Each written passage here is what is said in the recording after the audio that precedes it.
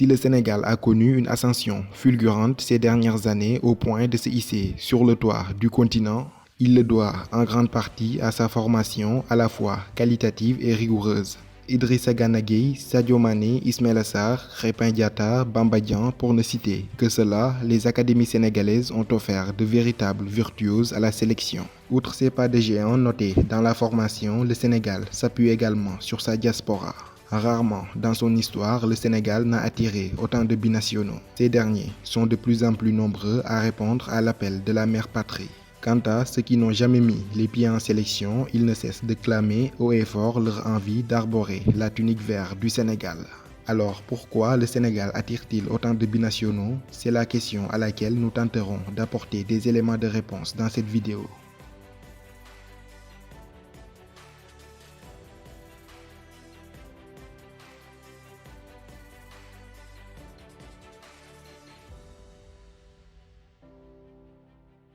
Si le Sénégal aujourd'hui attire autant de binationaux, c'est grâce à un effectif XXL qui ferait saliver n'importe qui et des résultats probants. Edouard Mendy, Kalidou Koulibaly, Idrissa Gana Gueye, Ismaïla Sarr, Krépin Diatta, la liste est longue. Pour beaucoup d'observateurs, cette génération est de loin la plus talentueuse de l'histoire du Sénégal. Mais le football est avant tout un sport collectif et une somme d'individualité ne te garantit pas forcément une bonne équipe. Toutefois, avec de la patience, un travail de continuité dans les souffrances et les désillusions, les Lions ont réussi à exploiter pleinement leur potentiel. Un potentiel et une ascension fulgurante matérialisée par un titre de champion d'Afrique en 2022. 2 qualifications de suite à la Coupe du Monde, 2 finales de CAN consécutives, une première dans son histoire. Sous l'impulsion d'Aliou Cissé, le Sénégal a réussi à se débarrasser de l'étiquette de loser que l'Afrique tout entière s'amusait à lui coller.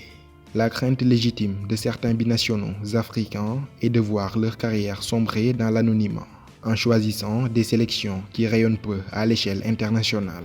Avec le Sénégal actuel, ces craintes sont carrément dissipées.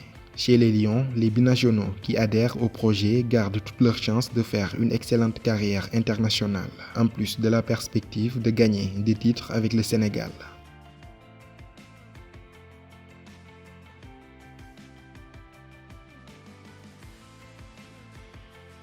Titulaire indiscutable dans une sélection aussi respectée que le Sénégal permet aux joueurs placardisés en club de se refaire une santé. Et Nampalys Mendy ne dira certainement pas le contraire. Indésirable à une certaine époque à Leicester, Nampalys Mendy n'avait cessé de multiplier les prestations abouties avec le Sénégal, jusqu'à ce que son entraîneur Brendan Rodgers ne finisse par comprendre qu'il est en train de passer à côté d'un véritable joyau. Brillantissime avec le Sénégal tout au long de la CAN, Papi Mendy a forcé le respect du staff technique de Leicester au point d'être réintégré en équipe première. Mieux même, l'ancien monégasque enchaîne les titularisations depuis 4 matchs maintenant.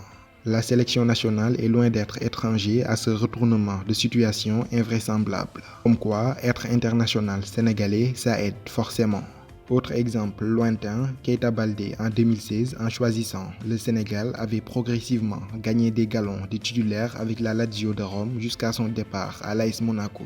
Ainsi, le Sénégal constitue une fantastique vitrine pour se remettre en selle. En échange, ces binationaux apportent leur plus-value à l'équipe nationale du Sénégal et les exemples sont nombreux.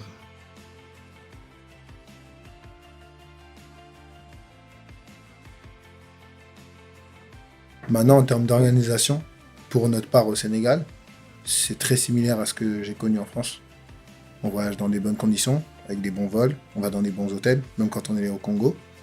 On est sponsorisé Puma. Tu vois. En termes d'organisation, le Sénégal est devenu une véritable référence africaine. L'équipe fédérale actuelle, dirigée par Maître Augustin Senghor, a beau avoir de nombreux détracteurs, mais nul ne peut leur nier cette qualité. La Fédération sénégalaise de football ne lésigne pas sur les moyens pour mettre les Lions dans des conditions optimales. Des voyages dans d'excellentes conditions, un hébergement au top. Les problèmes extrasportifs majeurs sont rares, voire même inexistants ces dernières années. Cerise sur le gâteau, le Sénégal a inauguré un bijou, le stade Maître Abdoulaye Wade de Diamniadio. Une infrastructure de dernière génération qui n'a rien à envier aux enceintes du vieux continent. Avec un tel cadre, tout le monde est séduit et tout le monde a envie de venir jouer sa partition. Au-delà de tous ces facteurs, pour beaucoup, l'amour de la patrie mère est plus fort que tout. La rage de vaincre et le leadership que dégagent des joueurs comme Kalidou Koulibaly, Keita Baldé, Abdou Diallo ou encore Edouard Mendy montrent qu'un Sénégalais fier reste un Sénégalais fier, quel que soit son lieu de naissance. Depuis le début du tournoi, là, on nous sous-estime.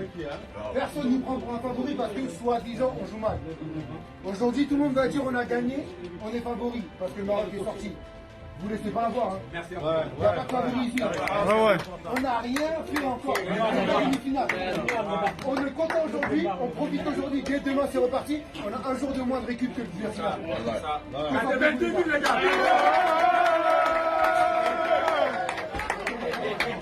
On l'avait dit dès le début, on l'avait dit à Dakar, qu'on voulait absolument gagner.